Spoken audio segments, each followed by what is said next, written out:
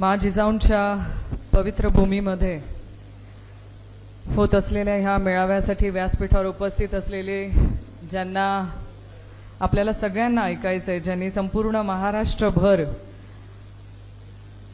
आदरणीय पवार साहेबांचे विचार तळागाळापर्यंत पोहोचवण्याची धुरा ज्यांच्या खांद्यावरती आत्ता आली आहे ते आपले नवनिर्वाचित प्रांत अध्यक्ष आदरणीय शशिकांतजी शिंदे साहेब, व्यासपीठावर उपस्थित असलेले आपल्या सगळ्यांचे लाडके नेते, राष्ट्रवादी काँग्रेस शरदचंद्र पवार पक्षाचे ज्येष्ठ नेते आदरणीय शिंगणे साहेब, इथे उपस्थित असलेल्या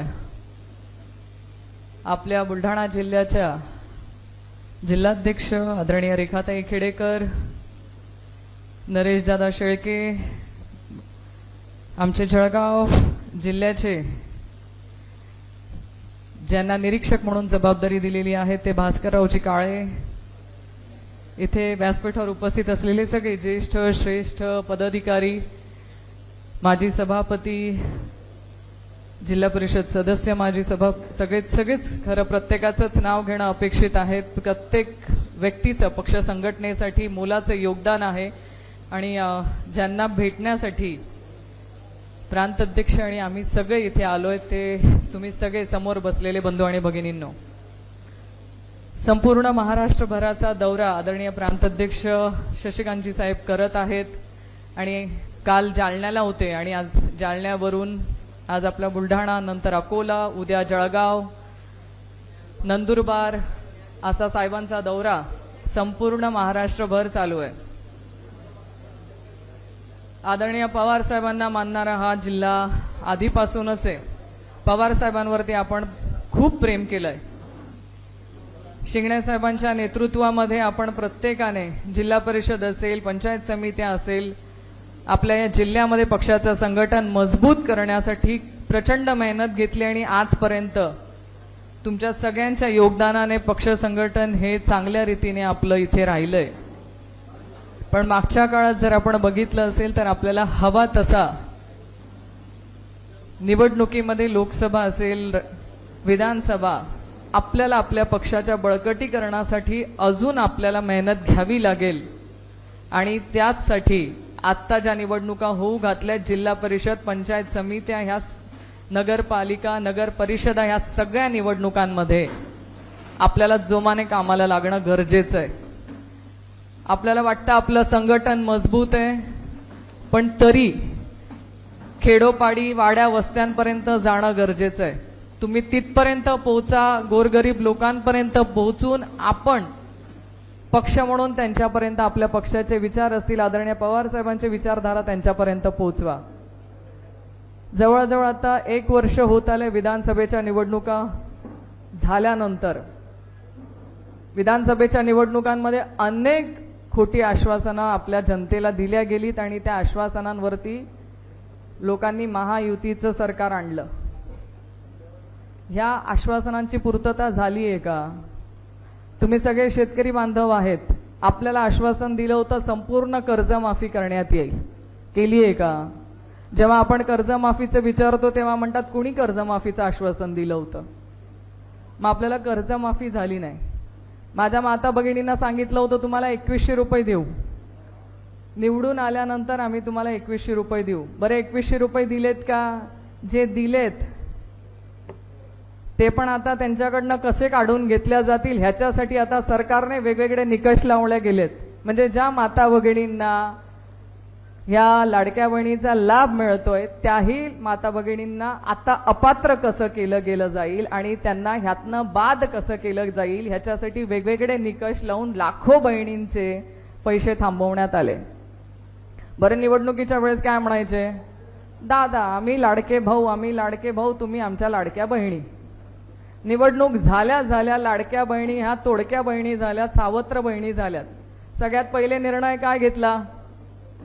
सगळे बियर बार, सगळे दारूची दुकानं सगळ्यात जास्त वाढवण्याचा निर्णय सरकारने घेतला. म्हणजे गडांतर कुणावर आलं? माझ्या या लाडक्या बहिणींवर आलं ना. त्रास कुणाला होतो? तुम्हाला. शेवटी जेवढी दारूची दुकानं वाढणार तुम्हाला, आम्हालाच त्रास आहे. म्हणजे झालं सावत्र. महागाई वाढवली की नाही वाढवली? महिला अत्याचाराच्या घटना या मोठ्या प्रमाणात होत आहेत की नाही होत आहेत? माझं एकच म्हणणं आहे, भाऊ बदलू शकतो. जेव्हा इस्टेटीचा पैशांचा विषय येतो ना, तेव्हा दादा बदलतो, भाऊ बदलतो. बाप बदलतो का? आमच्याकडे आदरणीय पवार साहेब आमच्या सगळ्या लेकींच्या पाठीशी उभा राहणारा खमका बाप आहे आमच्या पाठीशी. या बापाने आम्हाला भीक नाही दिली, स्वाभिमानाने जगणं शिकवलं. आरक्षण कोणी दिलं? पवार साहेबांनी. त्याच्यावर आम्ही ग्रामपंचायतीला निवडणुका लढतो, आम्ही पंचायत समितीला आरक्षणावरतीच निवडून जातो, आम्ही जिल्हा परिषदला माता भगिनी निवडून जातो. ही देण दिली आहे आमच्या बापाने, पवार साहेबांनी आयुष्याला दिली आहे. आणि त्याच्यात कुठलंही आता कात्री लावायचं काम नाहीये. ज्या ज्या माझ्या माता भगिनी आहेत त्यांना 50% आरक्षण आहेच, आणि त्या आरक्षणावरती त्या पंचायत समितीला निवडून जाणारे, जिल्हा परिषदला निवडून जाणारे, सरपंच होणार आहेत. हे दिलंय आमच्या खमक्या बापाने. बरं, एवढंच दिलं का? आमच्यावरती संकट आलं तर बापाच्या आणि नवऱ्याच्या इस्टेटीत 50%चा अधिकार दिलाय ह्याच आमच्या खमक्या बापाने. की महिला रस्त्यावर येता कामा नये. आयुष्याला पुरतं हो. उद्या उठून नवऱ्याने बाहेर काढलं, आमच्या बापाने आम्हाला कायद्याने अधिकार दिलाय. हे आमचे आदरणीय पवार साहेब. आम्हाला सैन्य दलामध्ये आरक्षण दिलं. आम्हाला आमच्या भारत देशासाठी लढायचं असेल तर आम्ही महिला म्हणून जेव्हा अपेक्षा करायचो तेव्हा आम्हाला आधी आरक्षण किंवा आम्हाला तिथे नव्हती परवानगी, ती दिली आहे आम्हाला आदरणीय पवार साहेबांनी. शेवटी आम्ही म्हणतो ना, भाऊ बदलू शकतो. बापाच्या हृदयात मुलगी कायम राहते, आणि त्याचमुळे आमच्या बापाने, आमच्या आदरणीय पवार साहेबांनी आमच्या सगळ्या माता भगिनींचं संपूर्ण आयुष्य सुधरवण्यासाठी घेतलेले निर्णय हे आम्हाला आयुष्याला पुरतात. बरं, एवढंच केलं का? ज्या बचत गटांचं जाळं संपूर्ण महाराष्ट्रभर आज वेगवेगळ्या माध्यमातून ज्या बचत गटाच्या याच्यावरती आमच्या महिला काम करतायत, ही बचत गटाची संकल्पनाच आदरणीय पवार साहेब आणि आदरणीय सुप्रियाताई सुळेंनी आणली. म्हणजे स्वतःच्या पायावर माझी माता भगिनी उभी राहिली पाहिजे ह्याची देखील काळजी केली ती आमच्या बापाने, आदरणीय पवार साहेबांनी. याच्यामध्ये कुठले निकष लावलेत का? तू गोरगरीब आहेस का? तुझ्याकडे 2 लाखाची गाडी आहे का? तुझा पगार 2 लाखाचा आहे का? तुझा नवरा नोकरी करतो का? तू सरकारी नोकरीत आहे का? जी जी महिला काम करू शकते त्या प्रत्येक महिलेला आरक्षण मिळणार आहे. जी जी महिला काम करू इच्छिते तिला बचत गटाचा लाभ मिळणारच आहे. आणि ह्यातनं आमचा महिला माता महाराष्ट्रातल्या ह्या सक्षम होणार आहेत. आत्ताच्या सरकारमध्ये काय आहे? दादा दादा म्हणून मतं मिळवून घेतली, तुमचा भाऊ म्हणून मतं मिळवून घेतली. पण मागच्या आठवड्यात तुम्ही जर बघितलं असेल तर एका महिला अधिकाऱ्याला दमदाटीचा फोन कोणी केला? लाडक्या दादाने. मतं घेताना लाडकी बहीण आठवली, मी तुमचा लाडका भाऊ आठवला. पण माझ्या जेव्हा एक लाडकी बहीण तिचं अधिकारी म्हणून सक्षमतेने तिची जबाबदारी पूर्ण करते, ज्याच्यासाठी तिची निवड झाली आहे, तेव्हा त्या महिला अधिकाऱ्याला फोन करणारे आणि दमदाटी करणारे हे सावत्र भाऊ. मग एकीकडे मतं मिळवताना तुम्ही लाडके म्हणणार आणि नंतर तुम्ही लगेच सावत्र भूमिकेत जाणार, नाही चलेगा. आता आम्ही तुम्हाला पूर्ण ओळखलंय. तुम्ही फक्त आश्वासनं देऊ शकतात आणि तुम्ही फक्त खोटे बोलू शकतात.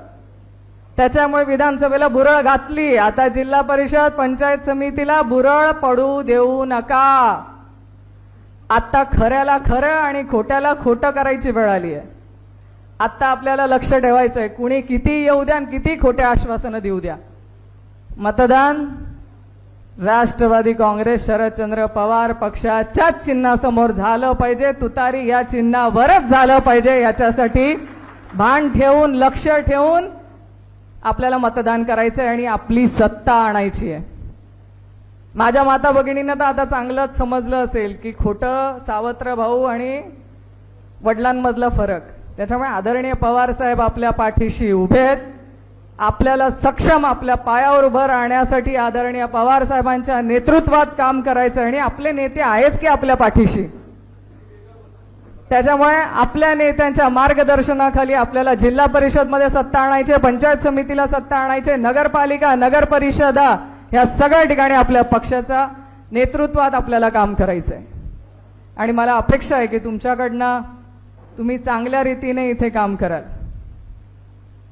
आणि येत्या सगळ्या निवडणुकांमध्ये ते चांगल्या रीतीने होईल अशीच माझी अपेक्षा आहे. जे जे खोटे आश्वासनं दिलेले आहेत ना, ही लोक मतं मागायला आले की ती खोटी आश्वासनांची आठवण करून द्या. फक्त संपूर्ण कर्जमाफी कुठे आहे रे भाऊ विचारायचं. सांग म्हणा संपूर्ण कर्जमाफी 7-12 कोरा होणार होता. आमचा 7-12 अजूनही तसाच आहे. आम्ही शेतकऱ्यांवरती आत्महत्या करायची वेळ आलेली आहे. आत्महत्या करणाऱ्या शेतकरी बांधवांचा सगळ्यात मोठा आकडा हा महाराष्ट्रात आहे. म्हणजे आज शेतकरी बांधव रस्त्यावरती आलेला आहे, त्याने पिकवलेल्या मालाला देखील भाव मिळत नाहीये. ही परिस्थिती माझ्या शेतकरी बांधवांची आहे. बी बियाण्यांचा भाव दुपटीने वाढलाय. तुम्हाला अजून काय ते लिंकिंग किती वेळ आपल्याला सगळ्या तुमच्याकडे पण असेलच ना. बी बियाण्यांना लिंकिंग कंपल्सरी करून ठेवलंय. बरं, ज्या लिंकिंग मध्ये तुम्हाला टाकलं जात आहे ते जरा प्रोडक्ट आणि ते बी बियाणे कुठून आलेत विचारा. सगळे गुजरात. सगळं तिकडचा माल आपल्या माथी मारायचा जबरदस्तीने. तुम्हाला गरज असो नसो तुम्हाला ते बी बियाणं घ्यावंच लागतं, कारण लिंकिंग शिवाय तुम्हाला युरिया भेटणार नाही, तुम्हाला बी बियाणे भेटणार नाही. भलं त्यांचं, पैसा आपला जातो. त्याच्यामुळे सज्ञ होऊन सुज्ञ होऊन चांगला निर्णय घ्या. आणि आता ह्या येणाऱ्या निवडणुकांमध्ये आपल्या राष्ट्रवादी काँग्रेस शरदचंद्र पवार पक्षाची सत्ता कशी येईल ह्यासाठी तळागाळापर्यंत प्रवास करा. प्रवासाच्या माध्यमातून लोकांच्या समस्या समजून घ्या. एवढीच तुम्हा सगळ्यांना विनंती करते आणि थांबते. जय हिंद, जय महाराष्ट्र. धन्यवाद.